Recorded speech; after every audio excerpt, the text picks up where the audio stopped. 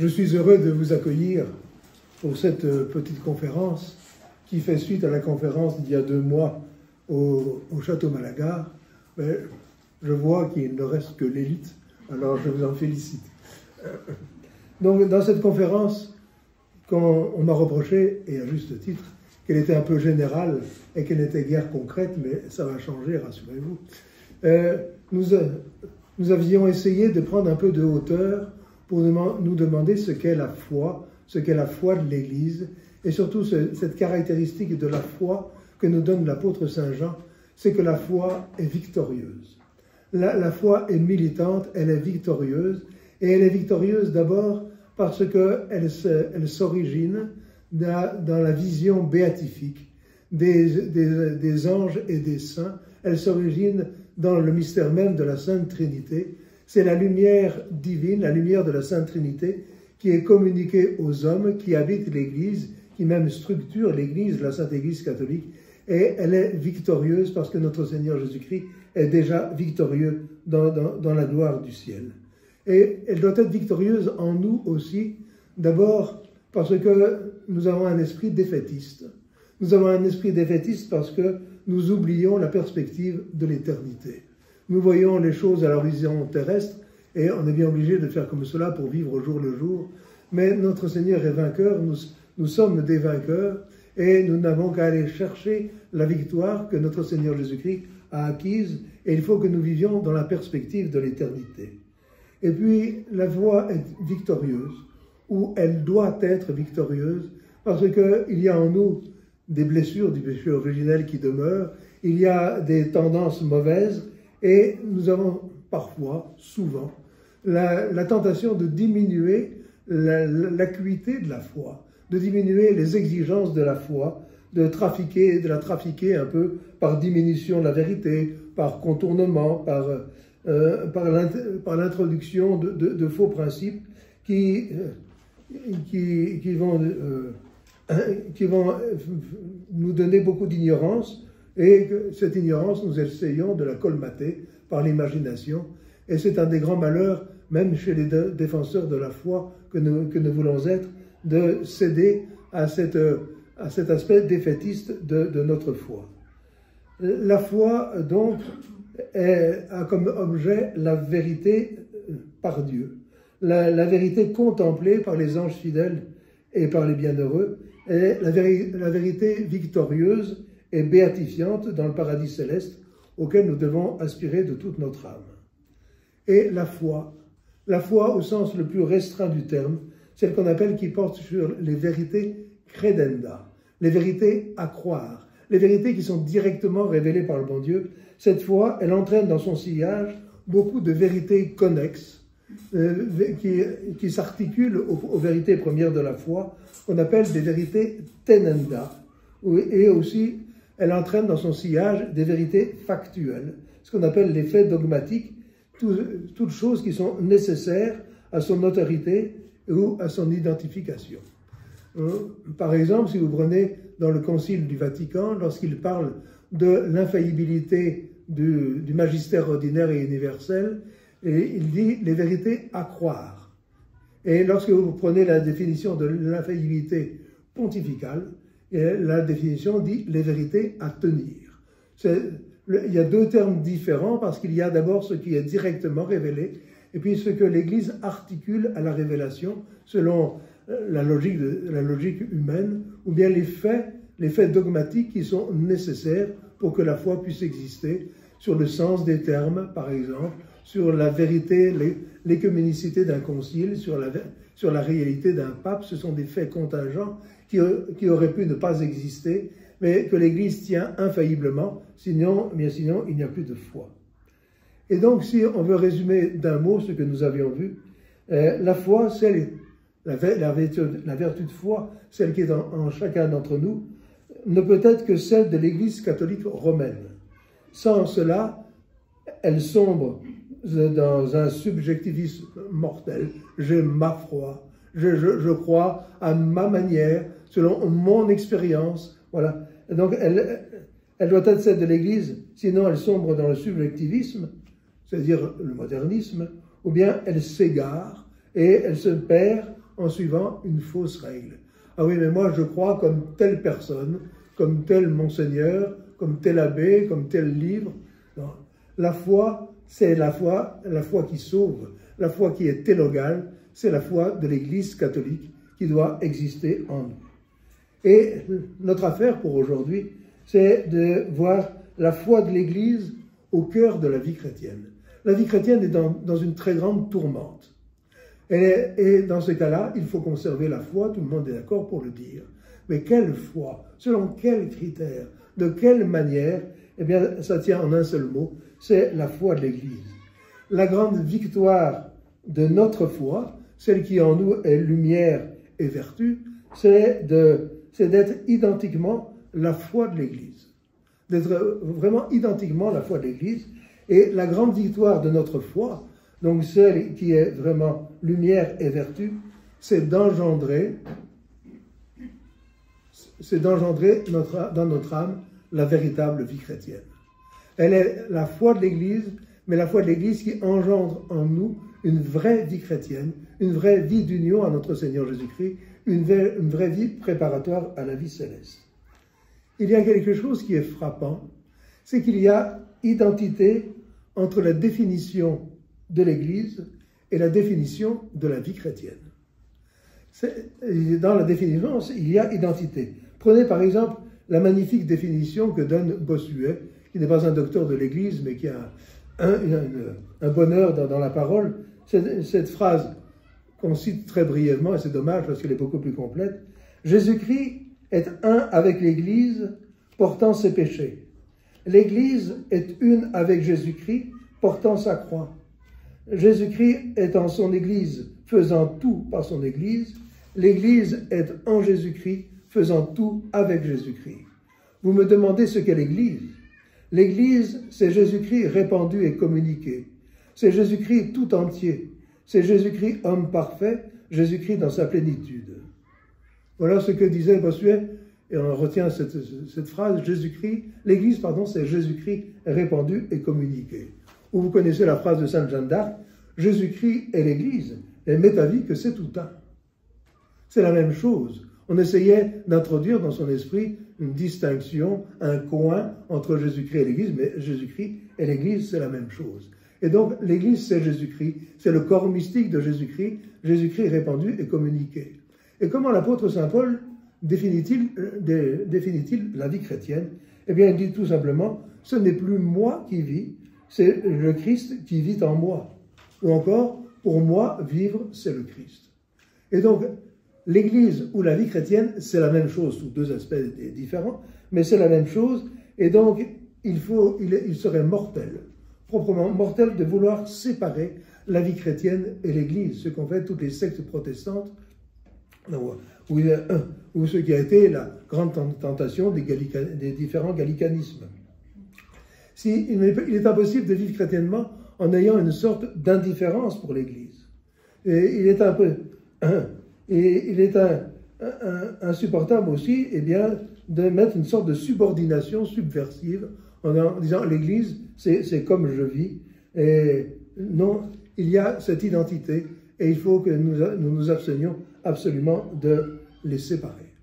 Et c'est d'autant plus nécessaire que la vie chrétienne consiste dans les vertus chrétiennes, principalement dans la foi, dans l'espérance et dans la charité, et que l'Église est présente nécessairement dans ces trois vertus, ces trois grandes vertus de la vie chrétienne. Dans la foi, le jour de notre baptême, nous avons reçu la vertu de foi, la lumière de la foi. Nous avions la foi en sortant des fonds baptismaux. Mais cette foi, elle ne pouvait pas opérer, parce que si nous avons été baptisés enfants, nous n'avions pas encore l'usage de la raison, et puis aussi parce que la foi, la lumière de la foi, ne donne pas l'objet de la foi. L'objet de la foi, il nous vient par l'Église, et il ne peut pas venir autrement. Il y a dans l'Église, dans la foi, deux aspects qui sont complémentaires, et nécessairement complémentaires. Il faut une lumière divine pour adhérer à des vérités surnaturelles qui nous dépassent, et puis il faut savoir quoi croire. Et ça, c'est la prédication de l'Église, et saint Thomas nous dit, il y a même un don du Saint-Esprit qui vient faciliter, c'est le don de science qui nous fait discerner ce qu'il faut croire. Sans l'Église, il n'y a pas de foi, il n'y a pas d'exercice de la foi catholique. L'apôtre Saint Paul disait « Fides ex auditu ». La foi, elle vient par l'oreille, c'est-à-dire par la prédication de l'Église. Il en est de même dans l'espérance. Vous savez que l'espérance nous fait doublement espérer en Dieu. Elle nous fait espérer Dieu, béatitude éternelle, Dieu notre fin dernière. Nous espérons aller au ciel. Et nous attendons et nous espérons de la bonté divine, eh bien, les moyens d'aller au ciel. Et si le bon Dieu nous attire par sa grâce dans la béatitude céleste, c'est par l'Église qui nous donne les moyens d'aller au ciel. La grâce et les sacrements, la vérité, la foi, les commandements, l'enseignement de la doctrine, des commandements de Dieu, les commandements de l'Église, tout cela sont des moyens pour aller au ciel et ils nous viennent par l'Église. Et s'ils ne nous viennent pas par l'Église, ils ne nous viennent pas du tout. Et c'est encore la même chose dans la charité. La charité, le traité de la charité dans saint Thomas d'Aquin nous dit qu'on doit aimer de charité tout ce qui est capable de la gloire de Dieu, tout ce qui peut être glorifié en Dieu. Et il y a donc comme objet la charité l'Église, la Sainte Église catholique qui est déjà triomphante en partie dans le ciel et qui est destinée à être glorieuse dans l'éternité. L'Église est objet de la charité. Et saint Thomas dit, on doit aimer d'autant plus dans la charité, d'abord ce qui est le plus près du bon Dieu. Et l'Église est toute proche du bon Dieu puisqu'elle est le corps mystique de notre Seigneur Jésus-Christ et qu'elle est une société divine. Et saint Thomas nous dit, il y a un deuxième ordre dans la charité, c'est l'ordre de la proximité. On doit aimer son prochain. Et donc, on doit aimer davantage ce qui est plus proche de nous. On doit exercer la charité davantage à l'égard de ce qui est plus proche de nous.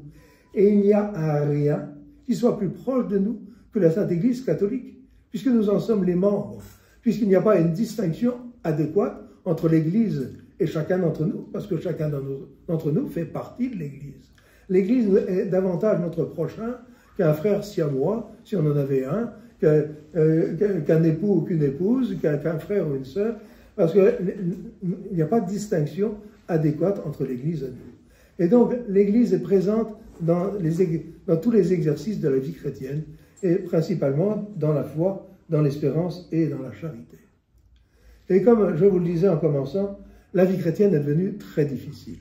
Elle est devenue très difficile parce que le monde sombre dans l'apostasie, parce qu'il y a eu un esprit de déchristianisation très fort depuis, on peut remonter au XVIIIe siècle, on peut remonter au protestantisme, mais d'une façon qui est plus immédiate pour nous, ça remonte à la Libération, où on a cru que les Allemands libérant le territoire de France, les commandements de Dieu partaient avec, et qu'on n'était plus tenu par les commandements du bon Dieu. Il y a eu une déchristianisation extrêmement grande, et puis est arrivé Vatican II. Et est arrivé Vatican II qui est venu apporter une sorte de sceau à cela. Et si l'on veut caractériser Vatican II, je vous propose de vous arrêter à une journée du Concile Vatican II, le 21 novembre 1964. Nous étions un peu jeunes, mais ce 21 novembre 1964, ça a été la grande journée des dupes. Il y a eu la promulgation du décret sur l'Église, voilà, Lumen Gentium, dans lequel ce décret lançait la collégialité, lançait ce qu'on appellerait maintenant la synodalité, la collégialité, et c'était trop fort. Alors Paul VI a fait ce qu'on a appelé une nota previa, qui a fait hurler tous les modernes en disant « Qu'est-ce que le pape vient faire dans le concile? Ça ne le regarde pas. » Voilà. Et Paul VI disait « Attention, il ne s'agit pas d'une collégialité au sens strict, etc. Il y a la primauté pontificale. » Voilà. Et les modernistes ont hurlé, et les tradis ont dit « Oh, enfin, nous avons gagné. » Mais pendant ce temps-là, c'est vraiment la journée des dupes. Parce que pendant ce temps-là, il y avait d'abord le décret Lumen Gentium, celui-là même, qui vient fausser totalement la conception de l'Église. C'est là qu'il y a le fameux subsistit in. Saint Paul dit l'Église catholique, c'est l'Église de Jésus-Christ. C'est identiquement l'Église de Jésus-Christ. L'Église catholique, c'est le corps mystique du Christ. Voilà, avec un est bien formé. Le pape Pie XII, dans son encyclique Mystici Corporis, répète la parole de Saint Paul et la développe et la met magnifiquement en valeur. l'Église catholique, c'est le corps mystique de Jésus-Christ. Et arrive Vatican II qui dit « Le corps mystique de Jésus-Christ subsiste dans l'Église comme dans une société organisée, mais il subsiste ailleurs aussi, dans des cercles d'appartenance, dans des choses moins formelles. Il n'y a plus cette identité tranchée, exacte, entre le corps mystique de Jésus-Christ et l'Église. Et tous les malheurs vont venir de là. Ou plus exactement, tous les malheurs avaient commencé déjà à venir de là. Et donc, tout le monde était content, voilà, parce que les modernistes avaient bien réussi à faire passer leur affaire. Et puis, les tradis, en gros, disaient, ah, ouf, Paul VI est intervenu, il a rétabli les choses. En même temps, il y avait le décret sur l'écuménisme, Unitatis Redentiratio, dans lequel le décret dit « Le Saint-Esprit ne dédaigne pas de se servir des communautés séparées comme de moyens de salut. » Le Saint-Esprit, donc, utilise. Et c'est quelque chose qui est effrayant, parce que même s'il y a dans les communautés séparées encore le baptême, par exemple, c'est un baptême qui est proprement catholique et qui a été arraché à l'Église catholique par les protestants, par exemple. Et que ce n'est pas le Saint-Esprit, ce n'est pas là une œuvre du Saint-Esprit. Si quelqu'un vous vole votre portefeuille et fait des aumônes avec l'argent qu'il a trouvé dans votre portefeuille, c'est pas lui qui fait des aumônes. Évidemment, non. Ce n'est qu'un voleur et uniquement un voleur. Et donc, le Saint-Esprit n'utilise pas les communautés, et utilise ce que les communautés ont volé à l'Église catholique pour encore faire du bien, et pour faire des catholiques. Un petit enfant qui est baptisé validement dans le protestantisme, eh bien, il appartient réellement à l'Église catholique, même s'il n'y appartient pas canoniquement. Il y appartient jusqu'à ce que, personnellement, il adhère à l'erreur protestante ou à la séparation protestante. En attendant, il est en état de grâce, donc il appartient à l'Église catholique.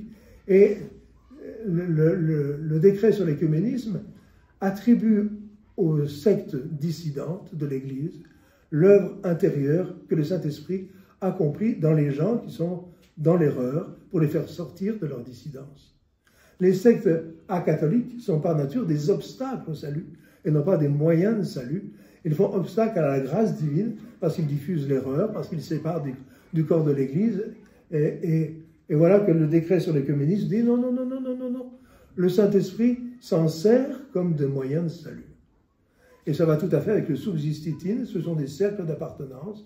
Voilà, et donc il y a une sorte d'immense flou qui est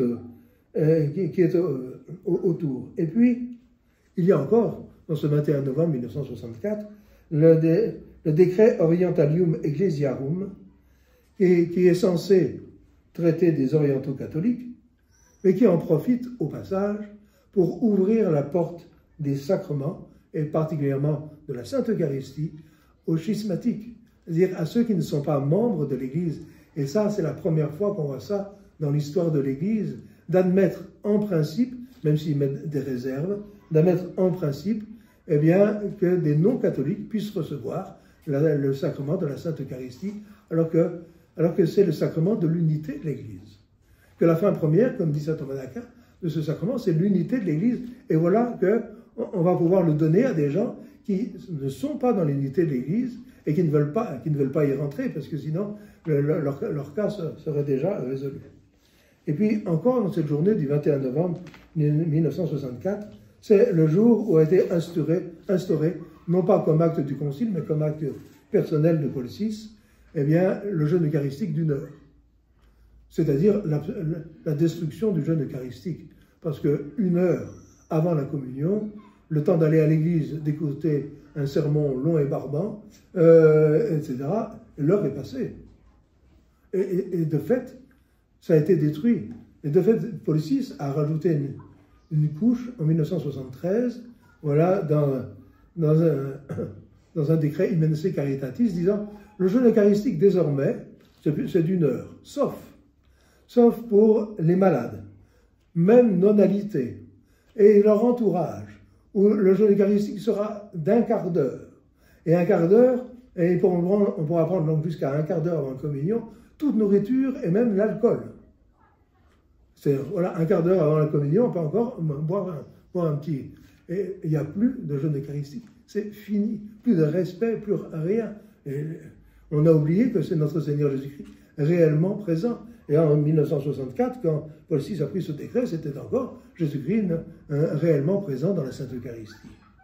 Et ces réformes n'ont pas été des réformes passagères, parce qu'elles demeurent, elles ont été intégrées au nouveau code de droit canon de 1983, promulgué par Jean-Paul II. Par exemple, sur la Sainte Eucharistie donnée aux non-catholiques, c'est dans le canon 844, paragraphe 3, les ministres catholiques administrent licitement les sacrements de pénitence, d'Eucharistie et d'onction des malades aux membres des églises orientales qui n'ont pas la pleine communion avec l'Église catholique. Pour rappeler les schismatiques. S'ils leur demandent de leur plein gré et s'ils sont dûment disposés. Ceci vaut aussi bien pour les membres d'autres églises qui, au jugement du siège apostolique, se trouvent pour ce qui concerne les sacrements dans la même condition que les églises orientales suscitent. Donc des églises qui professent la croyance de la présence réelle, comme il y en a chez les anglicans, il y en a dans quelques sectes protestantes. Et donc voilà, cette journée du 21 novembre 64, il y a un effondrement qui, de l'Église, pas l'Église elle-même, l'Église est sainte, l'Église c'est Jésus-Christ, l'Église a les paroles de la vie éternelle, mais tout d'un coup de la conception de l'Église, de la conception des sacrements, puisque ça va ensemble, puisque saint Thomas d'Aquin nous dit « l'Église catholique est constituée par la foi et par les sacrements de la foi ». Et voilà que la foi dans l'Église, eh bien, devient tout d'un coup floue, elle disparaît, et que les sacrements ne sont plus les sacrements de la foi, puisque la foi n'est plus nécessaire pour les recevoir, et particulièrement la Sainte Eucharistie, qui est le sacrement de l'unité de l'Église. Et donc, il y a là, déjà dans cette journée de Vatican II, à mon avis, c'est la journée de rupture totale. Et il y a eu le 7 décembre 1965, la liberté religieuse. On a beaucoup parlé de la liberté religieuse, et avec raison, parce que c'est terme à terme le contraire de ce que dit le pape Pie IX dans Quanta Cura. Mais déjà, le mal était déjà fait un an avant. Et même, nous allons le voir, il était fait encore avant. Et puis, il y a dans Vatican II, et pas dans un seul document, mais petit à petit, une chose extrêmement grave qui détruit la vie chrétienne, c'est la confusion des fins du mariage. Toutes les abominations que nous voyons paraître dans le monde actuel, elles sont toutes en germe dans Vatican II. Ce n'est pas moi qui le dis, c'était Pie XII dans un décret de 1944 en disant si on ne conserve pas la subordination, l'ordre entre les fins du mariage, eh bien on ouvre la porte à tous les abus. Voilà. Et voilà que eh bien, le Vatican II organise la confusion des fins du mariage. On l'affirme dans le bon sens, on l'affirme dans le mauvais sens, et puis on l'affirme plus que dans le mauvais sens. Et là encore, c'est passé dans le droit canon de 1983. Je vous ai mis, au fond, une petite brochure de 8 pages sur la confusion des fins du mariage, rappelant la doctrine catholique, et comment dans Vatican II, c'est le flou intégral. C'est vraiment le flou intégral, et ça détruit toute la vie chrétienne, la vie. On sait que la sainteté du mariage est une des grandes clés du salut éternel des âmes. C'est une des grandes clés de la doctrine sociale de l'Église. C'est une grande clé de l'ordre même naturel de la société. Et puis on pourrait dire encore dans Vatican II, il y a dans le décret sur la révélation une éclipse de la tradition apostolique. Elle est encore nommée, comme on nomme un président d'honneur quelque part, et puis ensuite elle s'est éclipsée. Alors que la Sainte Écriture est la parole de Dieu, mais la Sainte Écriture est fermée. C'est un coffre scellé dont seule la tradition apostolique a la clé. D'abord pour nous dire quels sont les livres qui sont inspirés, ceux qui ne le sont pas. Qu'est-ce que c'est que l'inspiration? pour nous donner le sens authentique, parce qu'il y a des passages qui sont difficiles à comprendre. Et voilà, c'est la tradition apostolique telle qu'elle s'exprime dans les pères de l'Église, dans la liturgie, dans le magistère de l'Église. C'est ça qui est la clé de la Sainte Écriture. Et si vous demandez à un protestant qu'est-ce que c'est que la Sainte Écriture, il vous répondra, mais la Bible, c'est la parole de Dieu. Et il n'aura pas tort. Il dit, mais qu'est-ce que ça veut dire la parole de Dieu? Comment le savez-vous? Ben, c'est marqué dedans. C'est vrai. Mais dans le Coran aussi, c'est marqué. Voilà. Et puis, d'où vous tenez la Sainte Écriture? On la tient de Luther. Ah, bien sûr. Et Luther, d'où la tenait-il? Là, il commençait à enrhumer.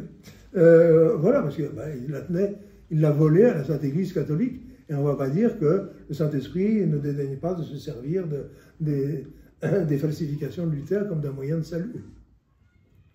Et le décret Dei Verbum, bien, il n'y a pas de négation directe, non. Mais au milieu d'un verbiage, il y a une sorte de dévalorisation. Dévalorisation de la tradition apostolique. Ça a été Vatican II dans ses textes. Il faut nous souvenir que Vatican II, ce n'est pas simplement des textes. C'est un effondrement colossal de la vie chrétienne. Des prêtres qui ont défroqué par dizaines de milliers. Des ménages catholiques qui se sont cassés par centaines de milliers. La vie chrétienne s'est totalement effondrée. La pratique chrétienne totalement. La profession de la foi chrétienne totalement. En quelques années... il y avait de quoi rendre Luther jaloux, parce qu'en quelques années, l'effondrement a été total. Vatican II, ce n'est pas simplement des textes, c'est aussi un effondrement, un esprit de révolution effrayant. Et puis Vatican II avait prévu une réforme liturgique, avait prévu la réforme liturgique. La réforme liturgique est annoncée et même impérée par le premier décret de Vatican II, Sacra Liturgia, du 4 décembre 1963, qui va ordonner une réforme universelle. Alors, on va tout prendre, on va tout changer. Une réforme universelle, et avant même qu'il y ait le moindre décret doctrinal pour dire, mais s'il fallait réformer, il faut réformer parce qu'il y a une nouvelle doctrine. Non, pas du tout. C'est pour que ce soit plus accessible au peuple, et d'ailleurs le peuple chrétien n'arrête pas de demander, etc. Il faut que ce soit accessible. La mèche sera vendue, si j'ose dire, 25 ans plus tard, par Jean-Paul II, qui va faire une encyclique pour célébrer les 25 ans du décret conciliaire sur la liturgie, en disant que cette réforme liturgique était rendue nécessaire par une nouvelle conception de l'Église. Cette nouvelle conception de l'Église que nous avons vue, mais qui ne nous est apparue qu'un an après. Mais déjà, le décret de 63 le savait. Et cette nouvelle conception de l'Église, et c'est Jean-Paul II qui le dira dans son encyclique Redemptor Hominis, c'est une toute nouvelle conception de l'incarnation et de la rédemption. Car la rédemption n'est pas nécessaire au salut éternel. Par la simple incarnation, Jésus-Christ est uni à tout homme. C'était déjà dans Vatican II, mais chez Jean-Paul II, c'est l'avantage, entre guillemets, d'être d'une clarté beaucoup plus grande. Voilà, par la simple incarnation, Jésus-Christ s'est uni à tout homme, et tout ce qui est uni à Jésus-Christ est sauvé. Et la rédemption n'est là que comme témoignage, voilà, mais ce n'est plus la cause de notre rédemption, la cause de notre salut, la cause de notre union surnaturelle à Jésus-Christ. Eh bien, donc, Jean-Paul II dit, la réforme liturgique était rendue nécessaire par cela, par des doctrines qui étaient bien dans les têtes, mais qui n'existaient pas encore dans les décrets. Et voilà le principe révolutionnaire de la primauté de la praxis. Il faut d'abord agir dans le sens où on veut, et les gens vont changer d'esprit, de mentalité, et vont accepter tout le reste. Et pourquoi est-ce que le reste de Vatican II est passé? Parce qu'on a commencé par décréter la réforme liturgique avant même de la faire, de la décréter. Il faut tout changer. Et s'il faut tout changer, c'est parce que la doctrine a changé. Alors, encore un point de ce décret, le Sacra Liturgia, il remet les détails de la réforme liturgique aux conférences épiscopales. Mais les conférences épiscopales n'existaient pas. Ça a été inventé 1 an après. Voilà, il y a des conférences, mais elles n'existaient pas. Ça a été décrété qu'1 an après par Paul VI, et donc tout était déjà dans les cartons, on savait où on allait. C'est un processus révolutionnaire qui est très facilement identifiable. Et donc ça a été la réforme liturgique qui s'est immédiatement manifestée par la désacralisation. Désacralisation des bâtiments, désacralisation des ornements liturgiques, désacralisation de la langue, puisque désacralisation des cérémonies. Voilà, on supprime les génuflexions. Et ça a été très vite. Et puis chaque curé dans son coin en a rajouté. Voilà, mais c'est d'abord la désacralisation. Et pour rendre les gens païens, pour rendre les gens ennemis de Jésus-Christ, il n'y a pas plus efficace. On leur fait pratiquer là où on veut en venir, et le reste, l'aspect doctrinal, ils l'acceptent. Et puis, il y a ensuite une réforme qui a été très rapide, en quelques années, et qui est une réforme qui va être une rupture dans l'ordre sacramentel de ce qu'a été les décrets dans l'ordre doctrinal. Le 25 mai 1968, pardon, le 23 mai 1968, c'était un moment idéal de la Révolution, n'est-ce pas? Et sont promulguées 3 nouvelles prières eucharistiques. En plus du canon romain, qui lui demeure identique et inchangé, mais 3 nouvelles prières eucharistiques qui comportent la modification des paroles de la consécration, qui rajoutent quod pro vobis traditur aux paroles de la consécration du pain, et qui enlève mysterium fidei aux paroles de la consécration du vin. Quod pro vobis traditur, c'était un ajout de Luther. Pourquoi? Parce que cela permet de transformer les paroles sacramentelles, les paroles efficaces, les paroles actives, en récit de l'institution. Voilà, alors on reproduit les paroles qui étaient vraies, parfaitement vraies, le jeudi saint, comme notre Seigneur les a prononcées, mais que l'Église ne prononce pas comme cela, parce que nous ne sommes pas la veille du sacrifice, nous sommes dans le sacrifice déjà accompli, et saint Thomas d'Aquin de nous expliquer que si on ne fait mention du sacrifice que dans la 2e consécration, c'est parce que le sacrifice de la messe, donc de la croix, est offert à la 2e consécration. Dans la première, ce qui est réalisé, c'est la présence réelle de notre Seigneur, mais il n'y a pas encore de sacrifice. Et donc, dans ce décret qui est entré en vigueur le 15 août 68, voilà déjà des messes qui, probablement, sont invalides. Alors qu'il y a encore l'offertoire, c'est pas encore la nouvelle messe, mais déjà, il y a une modification très grande, un changement de signification. Puis le 18 juin, c'est le jour de l'appel aussi, le 18 juin, modification du pontifical pour l'ordination des diacres, des prêtres et des évêques. Avec une modification extrêmement profonde, surtout dans le sacre des évêques, c'est le 18 juin avec effet immédiat. Voilà. Un post-hac, comme dit le décret, c'est maintenant, à l'avenir, à partir de maintenant, désormais, c'est comme ça. Et donc, à partir du 18 juin, on n'est plus sûr de l'ordination, parce que vraiment, le bouleversement est total. Là, c'est le 18 juin 68. Le 19 mars 69, c'est le rituel du mariage. Bon, on en parlera tout à l'heure.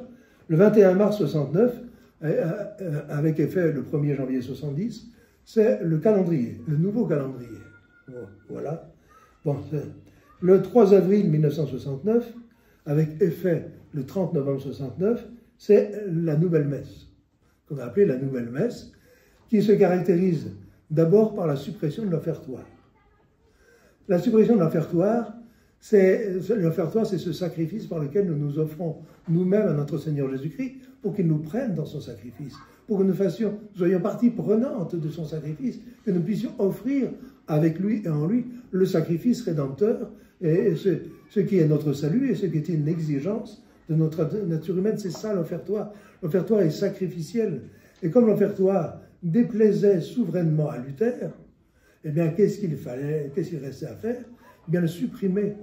Et le supprimer pour le remplacer par une prière de bénédiction juive.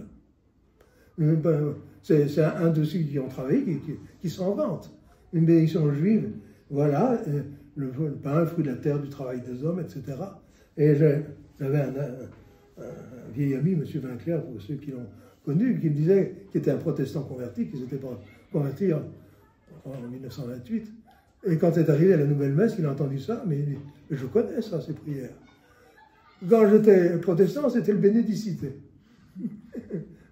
Un bénédicité protestant, c'est-à-dire juif, parce que c'est très proche, est devenu l'offertoire, c'est-à-dire qu'il n'a pas à remplacer cette raison d'être de la messe. La messe n'ajoute rien à la croix de notre Seigneur Jésus-Christ, sauf que de renouveler l'efficacité et le don des grâces, et surtout de nous permettre de participer, de prendre part au sacrifice de Jésus-Christ. Nous n'étions pas le vendredi saint au calvaire, mais nous sommes par l'offertoire et par la messe beaucoup plus vernis, si l'on peut dire, que les gens qui étaient au calvaire le vendredi saint, parce que nous pouvons offrir le sacrifice de Jésus-Christ. Parce que, comme la Sainte Vierge était au pied de la croix, offrant à notre Seigneur un titre tout à fait particulier, nous pouvons, à un titre inférieur mais tout à fait réel, nous offrir à notre Seigneur Jésus-Christ dans la Sainte Messe. Il n'y a plus d'offertoire, mais il n'y a plus de messe. Et puis, la nouvelle messe va modifier le canon romain, voilà, dans lequel on va rajouter le code provis, traditur, et puis enlever le mysterium fidei, mystère de la foi, des paroles de la consécration du vin. Il y avait eu, en juillet 1958, donc 10 ans avant, un décret du Saint-Office, sous Pie XII, en disant que ôter ces paroles, mysterium fidei, des paroles de la consécration du vin, c'est un sacrilège. Je veux dire, le mot, c'est un sacrilège. 10 ans après, c'est la loi. Il y a eu du chemin fait en 10 ans.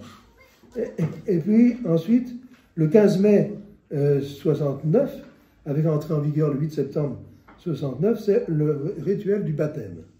Et puis, le 30 décembre 1970, c'est modification de la bénédiction des saintes huiles.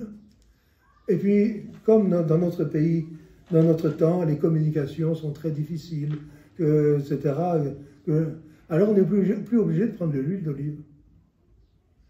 Et tous les liturgistes et moralistes qui parlaient avant disant, si on prend de l'huile qui n'est pas d'olive, ça n'est pas valide.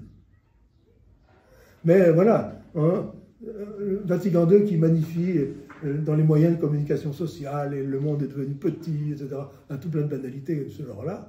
Ah oui, mais on ne peut plus avoir de l'huile d'olive. Alors aussi, on peut prendre une autre huile que l'huile d'olive. Le 15 août 1971, avec une mise en œuvre obligatoire au 1er janvier 1973, nouveau sacrement de confirmation. Donc déjà, le sacrème était déjà du sacrème autre. Le 30 novembre 1972, avec vacatio legis jusqu'au 1er janvier 1974, l'extrême onction. Et puis enfin, le 2 décembre 1973, le sacrement de pénitence. Parmi tous ces sacrements qui ont été changés, il y en a 4 dont la forme a été changée, la forme sacramentelle. Donc il s'agit de la confirmation, de la Sainte Eucharistie, de l'extrême onction et de l'ordre. La forme a été changée et donc il y a une nouvelle promulgation. Ce n'est pas une modification de l'ancien rite, c'est véritablement un rite totalement nouveau. Et donc avec une foi et une intention, eh bien, que nous ne connaissons pas ou que nous craignons de connaître. Et c'est là quelque chose de très important qu'on oublie, parce que voilà ce que nous dit saint Thomas d'Aquin: l'instrument ne reçoit sa puissance que dans la mesure où il est mis en continuité avec l'agent principal, en sorte que la vertu de celui-ci soit transfusée en quelque sorte en lui. L'agent principal et par soi de la justification est Dieu comme cause efficiente et la passion de Jésus-Christ comme cause méritoire.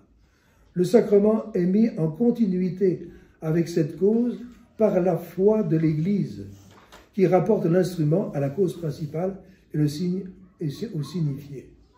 Et donc l'efficacité ou vertu des instruments ou sacrements vient de 3 facteurs: de l'institution divine comme cause principale, de la passion de Jésus-Christ comme cause première méritoire, et de la foi de l'Église qui met en continuité l'instrument est l'agent principal. Ce qui rend les sacrements efficaces, c'est la foi de l'Église. La fameuse intention de faire ce que fait l'Église, c'est de faire réellement ce que fait l'Église, ce qu'elle exprime par son rite. C'est un rite qui est expressif de la foi. Mais à partir du moment où le rite est fondamentalement changé, dans la forme même, alors quelle est la foi qui est là-dedans? Et quand on voit que tout le rite est changé, exprimant quelque chose qui n'est peut-être pas bien la foi catholique, en tout cas qui n'a pas du tout avec certitude, eh bien on dit, alors il n'y a plus d'union entre Jésus-Christ et le signe sacramentel. Et il n'y a plus cette intention de faire ce que fait l'Église, parce que ce que fait l'Église, c'est son rite, c'est la foi qu'elle met en jeu, la foi qu'elle exprime dans le rite sacramentel et dans les prières qui l'entourent. Et donc pour ces 4 sacrements, il y a une très grande probabilité, l'Église seule en tranchera définitivement, il y a une très grande probabilité d'invalidité, et c'est-à-dire, en pratique, une invalidité. Parce qu'on ne veut pas prendre des sacrements douteux, même simplement douteux, ou probablement invalides, mais il y a une nouvelle religion, il y a ces nouveaux sacrements. Et parmi les sacrements, il y en a 3 dont la forme est inchangée. Le baptême, le mariage et la pénitence. Le baptême, parce qu'il y a toujours je te baptise au nom du Père et du Fils et du Saint-Esprit en versant de l'eau. Le mariage, parce que c'est un échange de consentement, ça n'a pas changé. La pénitence, parce que la formule de l'absolution n'a pas changé non plus. A priori, je dis bien a priori, ces nouveaux sacrements sont encore valides parce qu'il n'y a pas de nouvelle promulgation. Et l'Église avait tranché le cas pour les missionnaires d'Afrique surtout. Beaucoup de missionnaires catholiques au XIXe siècle arrivaient derrière les missionnaires protestants. Et les missionnaires protestants baptisaient, et dans de nombreuses sectes protestantes, ils n'avaient aucune foi dans la grâce de Jésus-Christ, aucune foi dans le baptême. Et on a posé la question à la congrégation de la propagande, qui était chargée des missions. Voilà, les gens me disent que lorsque le pasteur qui est passé avant a baptisé, il a dit « Le baptême, je n'y crois pas. Je n'y crois pas du tout. Je vais bien vous le donner, alors je vous baptise. » Et il accomplissait le baptême. Et les missionnaires disaient « Mais que croire? Que faut-il? Faut-il recommencer sous condition ?» Et la propagande, au nom du souverain pontife, surtout Pie IX, répondait « S'il y a eu vraiment la matière et la forme, donc de l'eau versée sur le front de l'enfant, en disant « Je te baptise au nom du Père et du Fils et du Saint-Esprit », le baptême est valide. Ne recommencez pas, le baptême est valide. Donc l'Église avait tranché la question. Voilà. Maintenant, qu'en a-t-il été chez les modernistes? Je me rappelle dans son bulletin, l'abbé Sulmont, qui était un curé dans le Nord, racontait qu'il avait trouvé des cas où sur le registre de baptême, il y a une certaine honnêteté, a été reçu dans la communauté chrétienne, ou a été, voilà, il n'y a pas eu de baptême. Ça a été un petit rite d'initiation, pom, avec, voilà. Et donc, il recommençait ces baptêmes-là. Mais a priori, même s'il faut faire une petite enquête, eh bien, les baptêmes sont valides. Donc, ce qui manque dans toute cette réforme, c'est la foi de l'Église. C'est l'Église qui, en acte, exprime la vérité divine révélée dont elle a la garde, dont elle a la compréhension et qu'elle exprime liturgiquement. Pas de façon dogmatique, par mode de définition ou par mode d'enseignement, mais par intégration à un rite liturgique. Ce qui manque, c'est la foi de l'Église. Les rites liturgiques, hormis la partie strictement sacramentelle, ressortissent alors des sacramentaux. Sacramentaux, c'était d'ailleurs à l'origine, c'était les rites liturgiques qui entouraient les rites sacramentels. Et ces rites sacramentaux sont efficaces, comme on dit, ex opere operantis ecclesiae, et par l'œuvre de l'Église qui opère. C'est l'Église qui agit, c'est plus l'institution divine qui agit directement pour que le sacrement existe, c'est l'Église qui opère. Et donc, si ce n'est plus l'Église qui les opère, eh bien, ces rites n'ont pas ou non plus d'efficacité spécifique, ni l'efficacité d'exprimer, selon un mode liturgique, la foi de l'Église, laquelle spécifie l'intention du célébrant. C'est la fameuse intention de faire ce que fait l'Église. C'est là quelque chose de très important. C'est très important parce que l'erreur peut être dans un sens ou dans l'autre. Il y a des gens, beaucoup, qui disent « Oh là là, la réforme de la Semaine Sainte par Pie XII, ça sent son bounigny, donc nous revenons au rite antérieur. » Le rite antérieur était un rite saint, il n'y a pas de doute. Mais ce n'est plus l'Église qui opère. C'est ce que Pie XII appelait de l'archéologisme. C'est un rite qui a été utilisé par l'Église, il est extrêmement saint, mais ce n'est plus l'Église qui opère. Quelle garantie j'ai que ça va m'apporter la grâce? C'est devenu une prière privée que je mets à la place de la prière de l'Église. Et c'est arrivé plus d'une fois dans l'histoire de l'Église. L'Église a modifié, prenez le sacrement de l'extrême-onction. Il y a eu un temps, je ne sais pas, pas en combien de temps, mais il y a encore la trace dans le droit canon, il y avait une septième onction sur les reins, et l'Église l'a supprimée et a interdit de la pratiquer. Voilà. Mais elle a existé. Elle a existé, mais maintenant ce n'est plus l'Église qui opère. Et ce qui nous importe, c'est que ce soit l'Église qui opère. Ce n'est pas l'abbé machin ou Monseigneur truc, c'est l'Église qui nous importe. C'est la foi de l'Église que nous devons mettre en œuvre. C'est elle qui nous apporte le salut, c'est elle qui nous garantit l'efficacité sacramentelle, c'est elle qui nous garantit qu'on est bien instrument de notre Seigneur Jésus-Christ. Sinon, on n'est plus rien. On n'est plus rien. Et c'est là, donc vraiment, comme je disais dans mon titre, c'est au cœur de la vie chrétienne. Il y a la foi de l'Église. Elle a encore dans d'autres efficacités, mais parce qu'elle est au cœur de la vie sacramentelle, et qu'en dehors de la foi de l'Église, il n'y a plus de vie sacramentelle. Et évidemment, cela nous force à nous interroger sur l'état de l'Église, particulièrement sur l'état de l'autorité. Mais qu'est-ce qu'il en est?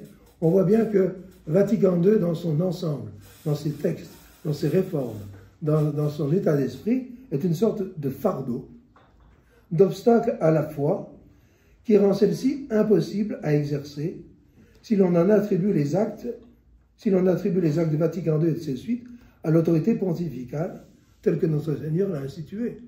C'est plus possible, on est complètement tiraillé. Attendez, pardon, le pape est infaillible dans l'enseignement de la foi, il est infaillible dans les rites sacramentels. Vous êtes en train de me dire, c'est plus la foi de l'Église. Ben oui, il faut... Et il y a là un nœud à dénouer. Avec sa charge d'être la règle vivante de la foi, d'être l'infuseuse de la foi dans les rites liturgiques, d'être la source de toute juridiction pour conduire les âmes au ciel, voilà ce qu'est l'autorité de l'Église. Et ce qui n'a plus été pratiqué depuis Vatican II. Donc, considérer les actes de Vatican II comme des actes promulgués par un vrai pape, considérer les réformes qui en sont issues comme des lois de l'Église, eh bien cela est strictement incompatible avec l'infaillibilité dont Jésus-Christ a doté son Église et dont jouit pleinement le pape. Puisque l'infaillibilité du pape, ce n'est pas autre chose que l'infaillibilité de l'Église. Par exemple, c'est dit tout à fait explicitement dans la définition de l'infaillibilité pontificale. Et donc, Vatican II est une rupture, et une rupture extrêmement profonde, extrêmement grave. Voilà. C'est une rupture dans la prédication et dans la mise en œuvre de la foi. Et donc, l'autorité apostolique ne peut être rétablie que par Jésus-Christ, évidemment, mais moyennant une rupture avec la rupture. Moyennant le rejet de tout ce qui n'est pas compatible avec l'exercice de la foi de l'Église, et donc de la nôtre. Ça ne peut pas être autrement. C'est une façon de dire que ni vous, ni moi, je pense, ne portons un jugement personnel sur Paul VI, par exemple, et Jean-Paul II, etc. Il ne s'agit pas de juger de leur foi, il ne s'agit pas de juger de leur vertu, de leur zèle, de leur intelligence. Ils ont peut-être ça en grande abondance et je le leur souhaite. Il s'agit de voir que ce n'est plus la foi de l'Église, que ce n'est plus l'exercice de l'autorité, et que cela est contradictoire avec l'infaillibilité dont ils auraient dû être dotés par notre Seigneur Jésus-Christ lui-même. Et Léon XIV, parlons-en, qui est le récent, enfin, je n'ai pas écouté les nouvelles ce matin, mais qui est le récent occupant du siège apostolique, a clairement annoncé qu'il s'inscrivait dans la continuité de Vatican II, de Paul VI, de Jean-Paul Ier, de Jean-Paul II, de Benoît XVI et de François Ier. La liste commence à s'allonger vraiment. Voilà ce qu'il a, dans son discours aux cardinaux, ce qu'il a dit. « Je voudrais que nous renouvelions ensemble, aujourd'hui, notre pleine adhésion au chemin que l'Église universelle suit depuis des décennies dans le sillage du Concile Vatican II. » Avec cette affirmation implicite que c'est un autre chemin qu'avant. Il aurait pu dire que l'Église suit depuis Saint-Pierre, y compris Vatican II. Non, que l'Église suit dans le sillage de Vatican II. Et dans le sillage de Vatican II, il y a les textes, il y a la réforme sacramentelle et il y a tout le nouvel esprit. Et puis, il y a, une fois qu'on a résolu, enfin qu'on a constaté le phénomène d'absence d'autorité à partir de Paul VI, puisque le 21 novembre 1964, c'était lui, puis déjà le décret du 4 décembre 63, c'était lui. Et maintenant, nous pouvons résoudre alors ce problème, comment vivre chrétiennement. Eh bien, en recevant la foi de l'Église telle qu'elle existait avant Vatican II, et ça tout le monde sera d'accord, et en observant les lois de l'Église telles qu'elles étaient avant Vatican II. Et elles étaient extrêmement légères. Elles étaient extrêmement légères. Le pape Pie XII avait mis en place tout un système de dispense. Voilà. Et elles étaient extrêmement légères, mais qu'elles soient légères ou qu'elles soient lourdes, de toute façon, elles sont les lois de l'Église. Notre Seigneur a dit à Saint-Pierre et à ses successeurs, tout ce que tu auras lié sur la terre sera lié dans les cieux, tout ce que tu auras délié sur la terre sera délié dans les cieux. Personne n'a délié les prescriptions de la loi de l'Église antérieure à Vatican II. Et donc, elles subsistent. Et si on veut vivre chrétiennement, eh bien, il faut commencer par s'en informer. Vous allez me dire, ah oui, mais qui va nous en informer? C'est un problème qui doit travailler les fidèles, et ils ont raison. Mais c'est une chose qu'on ne m'a pas enseignée quand j'étais au séminaire. J'ai dû, avant l'ordination déjà, mais voilà, dire, il faut que je sache quelle est la loi de l'Église. Alors, on achète les collections des actas, etc. Et puis voilà, quelle est la loi de l'Église. Alors ce travail, je l'ai fait pour vous. Je l'ai fait pour vous. Vous avez au fond une brochure, soit longue avec beaucoup de détails, et surtout toutes les références, soit courte avec simplement les prescriptions, sur l'état de la loi de l'Église. Et je vous mets mes références parce que je n'ai aucune autorité pour vous le dire. Je ne fais pas partie de l'Église enseignante. Je fais partie de l'Église enseignée. Je ne suis qu'un répétiteur, et un répétiteur pas fouilleur en plus. Mais je vous donne les références, voilà, je tiens à votre disposition tous les documents si vous voulez, voilà. Mais il est pour nous nécessaire de connaître quelles sont les lois de l'Église et de nous y tenir.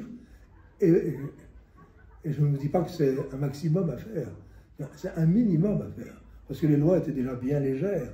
Mais déjà, là, par obéissance à l'Église, pour l'accomplissement de la sainte volonté du bon Dieu, eh bien, il est nécessaire de revenir à ces lois et à cette discipline de l'Église.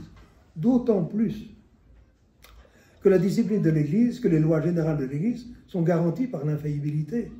Non pas par l'infaillibilité doctrinale, mais par l'infaillibilité pratique. L'Église nous garantit, c'est dit par le pape Pie VI dans la condamnation du concile de... ça m'échappe. Enfin, dans la bulle Octorem Fidei, voilà, et que l'Église ne veut pas promulguer des lois qui soient mauvaises, qui soient trop lourdes, ou qui soient inadaptées. Ça ne veut pas dire que les lois sont les meilleures possibles. La preuve, c'est que parfois l'Église en change. Mais ça veut dire que même quand elle en change, la discipline antérieure et la discipline postérieure sont bonnes. Le pape Pie XII a réduit le jeûne eucharistique à 3 heures, ce qui est extrêmement léger, il faut bien le dire. Et avant, c'était depuis minuit. On est certain que la loi antérieure était bonne, et qu'elle est toujours bonne, puisque Pie XII dit que c'est préférable, qu'il exhorte les catholiques à garder le jeûne depuis minuit, mais que maintenant, à partir de 1953, avec beaucoup de restrictions, 1957 de façon plus large, le jeûne est à 3 heures. 3 heures avant le début de la messe pour les prêtres célébrants, 3 heures avant la communion pour les fidèles. Et que si la communion a lieu de moins de 3 heures après minuit, c'est quand même le jeûne de 3 heures qui s'applique. Et non pas, je suis à jeûne depuis minuit. Quand on va assister à la messe de minuit, je suis à jeûne depuis minuit, on peut finir le sandwich à la sacristie. Non, ça ne marche pas comme ça, c'est quand même 3 heures. Et puis c'est la volonté du bon Dieu. Et c'est ça qui nous importe. C'est de faire la sainte volonté du bon Dieu, qui est une volonté de nous conduire dans la voie du ciel, dans la voie de la perfection, dans la voie de la pénitence aussi, parce que nous en avons besoin. Notre Seigneur nous dit dans l'Évangile, « Le royaume des cieux est au-dedans de vous ». Alors il ne faut pas entendre ça comme l'entendent les protestants. Vous voyez bien que l'Église n'est que spirituelle, il n'y a pas d'Église visible, il n'y a pas d'hiérarchie, il n'y a pas de... Voilà, non. Mais il faut l'entendre dans le sens inverse.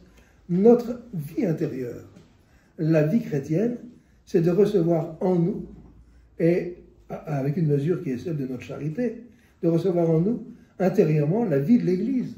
De cette Église qui est constituée par la foi et par les sacrements de la foi. Le royaume des cieux est au-dedans de nous parce que nous appartenons à l'Église, parce que nous vivons de la foi de l'Église, parce que nous recevons les sacrements de l'Église et parce que nous recevons cette grâce divine de la foi, de l'espérance et de la charité dans laquelle l'Église, la Sainte Église catholique, corps mystique de Jésus-Christ, est partie prenante. Alors, hors de l'Église, nous dit le dogme catholique, il n'y a pas de salut. Hors de l'amour et de la fidélité à l'Église, il n'y a pas de sanctification. Alors il faut que nous demandions la grâce au bon Dieu et à la Sainte Vierge Marie de vivre de l'amour de l'Église, de vivre d'une fidélité très, très proche à l'Église, à son esprit, à ses lois, à ses sacrements, à sa doctrine. Voilà. Et il faut que nous désirions nous sacrifier pour elle. Parce que nous recevons tout d'elle. Nous avons un devoir immense de gratitude à l'égard de l'Église. Et elle nous donne tout de la part de notre Seigneur Jésus-Christ, qui nous donne tout de la part du bon Dieu. Et donc de nous sacrifier pour elle. Alors, il faut appeler le bon Dieu, il faut appeler l'honneur et la gloire de verser notre sang pour l'Église. En un seul coup, si le bon Dieu le veut, mais peu à peu, chaque jour, dans tous les cas. Il faut vivre pour l'Église, et vivre de l'Église et de la foi de l'Église. Et j'en ai fini de ce que je voulais vous dire. Il y a peut-être des questions, des objections. Il m'est revenu le synode condamné par Piscis, c'est le synode de Pistoia. Oui, madame. Aujourd'hui, où est l'Église? L'Église, elle est sur la terre, elle est le corps mystique de Jésus-Christ, dans tous les baptisés qui professent la foi catholique. Elle est toujours comme ça. Chaque jour, il y a des nouveaux baptêmes, il y a des nouveaux membres de l'Église. L'Église existe dans ses membres, comme toute société. Le membre principal, c'est notre Seigneur Jésus-Christ, qui est la tête de l'Église. Mais l'Église existe dans ses membres, qui sont les baptisés professant la foi catholique. Maintenant, si vous me demandez où est l'aspect visible à la hiérarchie, ça c'est autre chose. Mais l'Église elle-même, elle existe en nous. L'Église, actuellement, nous sommes vivants, il y a Rome. Et maintenant, la hiérarchie visible de l'Église, eh bien, n'est plus que dans un seul évêque, un qui habite bien loin d'ici, voilà, et puis le bon Dieu fera revenir les choses comme il le veut. Et l'Église demeure pour autant totalement hiérarchique, semblable à elle-même, mais l'autorité de l'Église existe toujours, c'est notre Seigneur Jésus-Christ, mais notre Seigneur n'exerce plus cette autorité pour des choses nouvelles, je veux dire, parce qu'il a dit lui-même qu'il remettait le fait des choses nouvelles à Saint Pierre et à ses successeurs. Mais tout ce qui a été établi par l'Église, toutes les lois qui ont été données par l'Église, tous les enseignements continuent à demeurer vivants, existants, obligatoires, impératifs en notre Seigneur Jésus-Christ. Ce qui a été lié sur la terre demeure lié dans les cieux. Et l'Église, l'Église militante est la partie terrestre de l'Église totale, dans laquelle il y a l'Église triomphante du ciel et l'Église souffrante du purgatoire. Mais l'Église, elle est en nous, non pas d'une façon protestante en disant, mais nous attendons que l'autorité de l'Église s'exerce à nouveau, mais elle continue à exister en notre Seigneur Jésus-Christ. Et parfois, on entend des gens dire, ah ben, puisqu'il n'y a plus d'autorité, il n'y a plus d'obligation. Ben, je l'ai entendu ou lu, au moins, tout à moins. Voilà, donc, par exemple, une obligation pour les religieux professes ou pour les sous-diacres et au-dessus, de réciter le bréviaire chaque jour. Ah ben non, il n'y a plus d'autorité. Ah non, alors il n'y a plus d'obligation. Mais si, il y a toujours une obligation. Elle demeure en Jésus-Christ. L'Église demeure, identique à elle-même, même si elle est dans un état où sa visibilité n'est pas aussi grande qu'avant. Mais pendant le schisme d'Occident, dans lequel il y avait l'obédience romaine et l'obédience avignonnaise, on pourrait poser la question aussi, où est l'Église? En ce sens, où est la hiérarchie, la continuité de l'Église? Et que, on aurait pu penser que c'était impossible, et pourtant c'est arrivé pendant 40 ans. Mais l'Église est toujours là, même s'il n'y avait qu'une branche au maximum qui était la véritable. Et encore, l'Église n'a jamais vraiment tranché entre les deux. Je ne comprends pas à quoi vous faites allusion, monsieur Ali. Il y avait le pape de Rome et le pape d'Avignon, avec le fidèle moyen n'avait pas de possibilité de trancher qu'elle était canoniquement, ce qui était vrai, et que la différence se faisait surtout par obédience politique. Si le prince était côté Avignon comme le roi de France, on était avignonnais. Si c'était romain, on était... voilà. Et l'Église est visible comme la divinité de notre Seigneur Jésus-Christ a toujours été visible. Dans son agonie, si on avait assisté à l'agonie de notre Seigneur au Jardin des Oliviers, nous serions dit, mais où est la divinité de notre Seigneur Jésus-Christ? Elle était présente. Elle était présente, notre Seigneur nous dit en quoi? C'est que notre Seigneur n'est pas mort. Il a dit en entrant au Jardin des Oliviers, mon âme est triste jusqu'à la mort.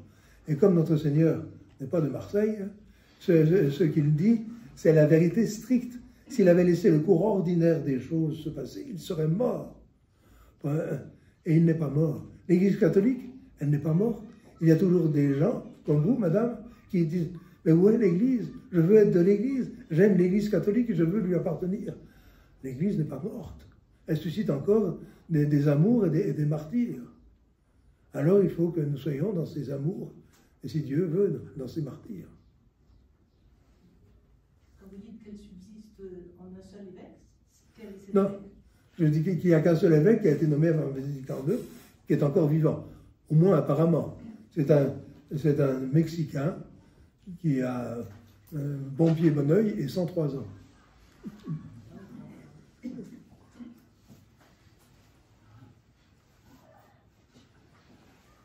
Et qui a un correspondant en France qui est dans cette salle.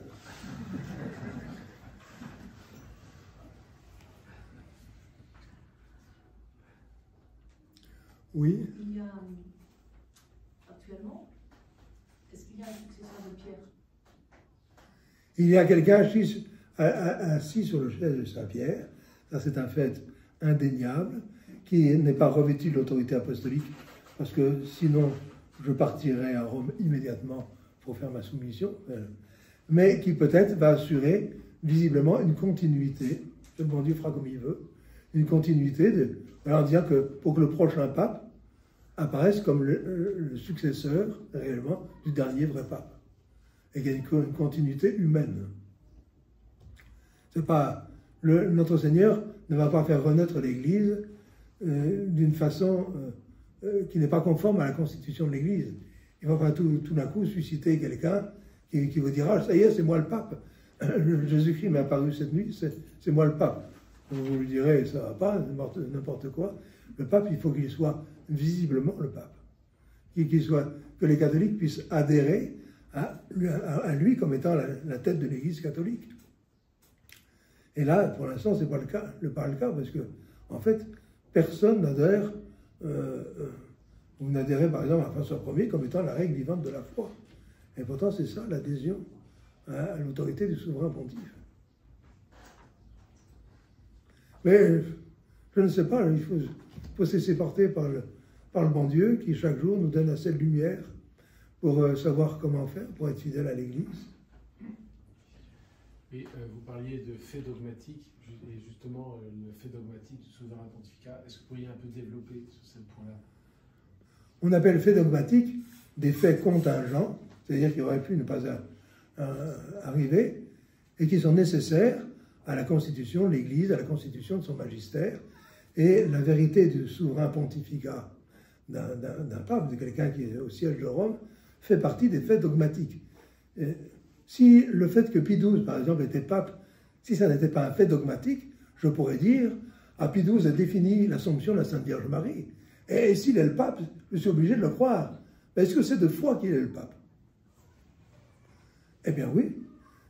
C'est de foi, non pas comme étant révélé par le bon Dieu, mais comme étant un fait dogmatique qui constitue la hiérarchie de l'Église. Et voilà pourquoi, si je veux nier que telle personne qui a toutes les apparences d'un pape soit le pape, soit revêtu de l'autorité pontificale, il faut que j'apporte une impossibilité dans la foi et non pas un jugement personnel. Me dire, ben, il n'est pas beau, il est hérétique, il a les pieds plats, ou ce que sais-je encore. Hein? Il faut apporter une impossibilité dans l'exercice de la foi. Si je le reconnais, je ne peux pas exercer la foi parce qu'il faudra que je nie ce qui a été défini par le pape Pie IX contre la liberté religieuse, ce qui a été défini par toute la vie de l'Église sur l'unité sacramentelle de l'Église, par exemple. Et voilà pourquoi ce n'est pas un jugement sur les personnes, ça c'est Dieu seul qui juge, c'est une impossibilité dans l'exercice de la foi, et c'est beaucoup plus fort.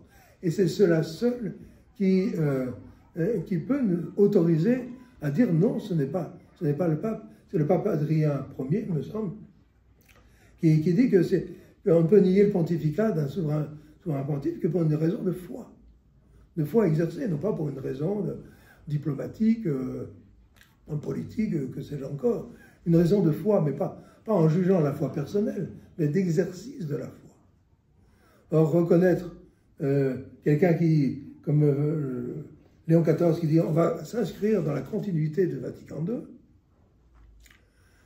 j'espère de tout mon cœur qu'il va changer, mais avant qu'il ait changé, ben c'est impossible parce que je ne veux pas adhérer à Vatican II comme à un concile œcuménique.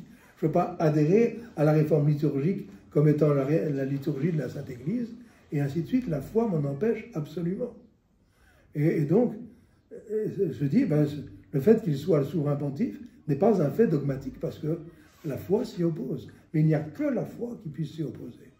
Et non pas l'autorité de telle personne, l'apparition de la Sainte Vierge à telle personne ou mon jugement sur sa personne. Non, il n'y a que la foi, l'exercice de la foi. Et voilà pourquoi nous devons vivre de la foi de l'Église. Où est la foi de l'Église? Ce que nous dit la foi de l'Église. Et c'est ça qui nous importe. Le reste, c'est littérature abondante.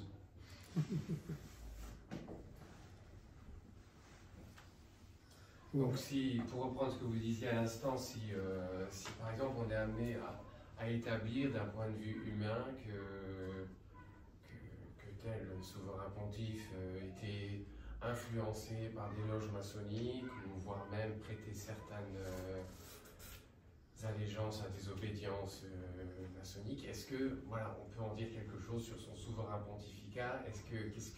A priori, non.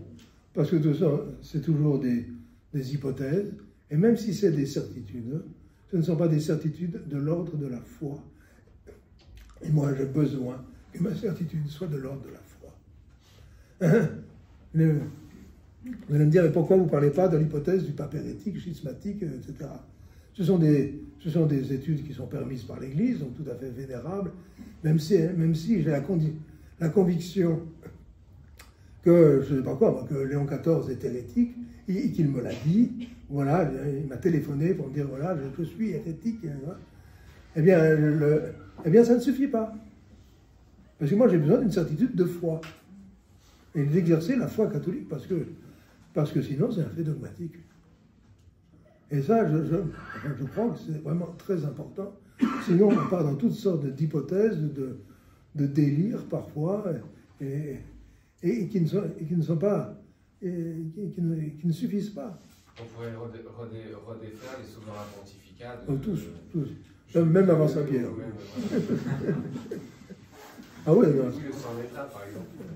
Oui, monsieur. Vous m'aviez d'un seul évêque qui reste, qui a été sacré avec l'ancien rite, mais les évêques orientaux, est-ce qu'il n'y a pas parmi eux, parce qu'il avait été évoqué que, puisqu'il n'y avait pour l'élection souverain pontificat aucun évêque validement sacré, il aurait pu se faire sacré par un évêque oriental qui aurait eu une filiation réelle et valide.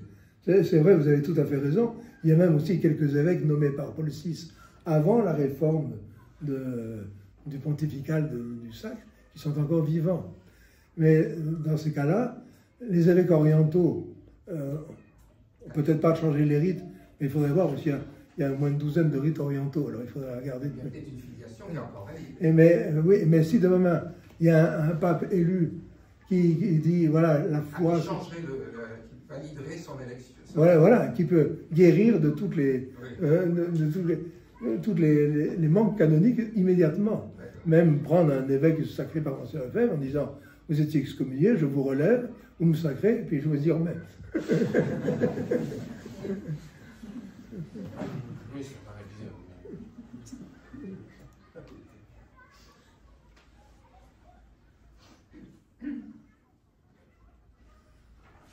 Oui, madame. Monsieur l'abbé, je reviens sur Rome, parce que c'est très important.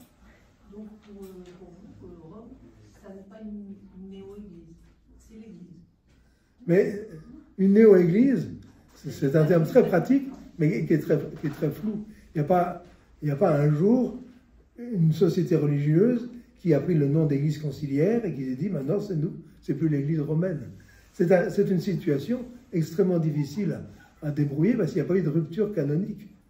Et c'est important de le noter parce que quelqu'un qui a été baptisé dans sa paroisse conciliaire et qui revient à la profession de la foi catholique n'a pas besoin d'abjurer, sauf d'abjurer des erreurs s'il avait. Mais on n'a pas besoin de le réconcilier comme venant d'une secte autre que l'Église catholique.